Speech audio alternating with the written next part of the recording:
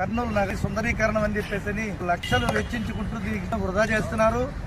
15% పన్నులంటుకు పెంచేసేసి ప్రజల మీద భారం పెట్టి దానికి నిధులు కేటాయించుకుని ఆ కార్యక్రమాలను పూర్తి చేయకోకుండా ఇట్లా నిర్వీర్యం చేసేసి ప్రజాధనాన్ని వృధా చేస్తున్నారు.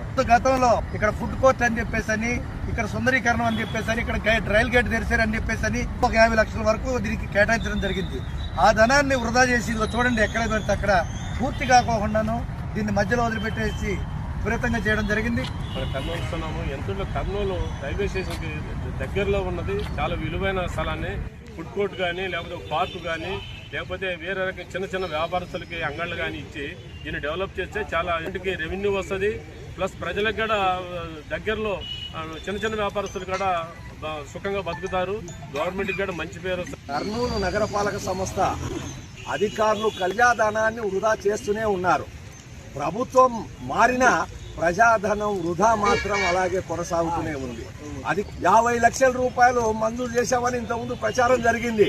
సంవత్సరాలు అవుతుంది.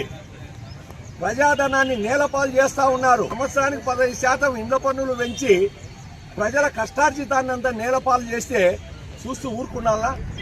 మరి ఉన్నతాధికారులు ఏం చేస్తున్నారు? ప్రజాప్రతినిధులు ఏం చేస్తా ఉన్నారు? రైల్వే స్టేషన్ కు వెనుక భాగం లక్షల రూపాయలు పనులు ప్రారంభించి మధ్యలో నిలిపేశారో వాటిని పూర్తి చేయాలి, విచారణ జరిపి ప్రజాధనాన్ని కాపాడాలని చెప్పి పట్టణ పౌర సంక్షేమ సంఘంగా కోరుతాం. రైల్వే స్టేషన్ 2వ గేట్ దగ్గర అభివృద్ధి చేస్తారని ఈ పార్క్కి 50 లక్షల గతంలోనే ఇంతవరకు ఈ పార్క్ డెవలప్ ఆ 50 లక్షలు తేడా పనిచేస్తున్నారని కూడా అర్థం కావడం. ఈ పార్క్ 2వ గేట్ తయారయ్యే తొందరలోనే ఈ పార్క్ డెవలప్ చేయాలా. ఇంకోటి రైల్వే స్టేషన్ దగ్గర ఏ పార్క్ కూడా లేదు. ఈ తొందరలోనే ఎంత తొందర అయితే అంత తొందర డెవలప్ చేసి సిటీకి కూడా బాగా అందం ఇస్తుంది. కర్నూలుకి వచ్చే వాళ్ళు కూడా బాగా కనిపిస్తుంది ఈ పార్క్. అసలు అందరికీ సౌకర్యవంతంగా ఉండాలని 2వ గేట్ ఏర్పాటు చేస్తున్నారు.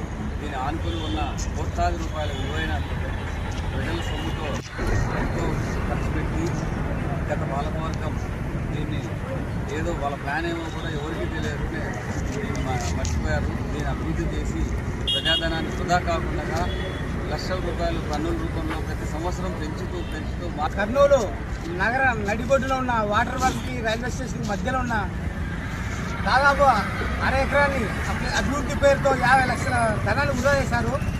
ప్రజల మీద 15% పన్ను అంటూ వసూలు చేసేది దీనికోసమేనా? దీనిపైన తక్షణమే ఎంక్వైరీ చేసి విచారణ చేసి చర్యలు దీని మీద ఎవరైతే కాంట్రాక్టర్లు తిన్నారో వాళ్ళ మీద విచారణ చేయాలని చేసి ప్రభుత్వం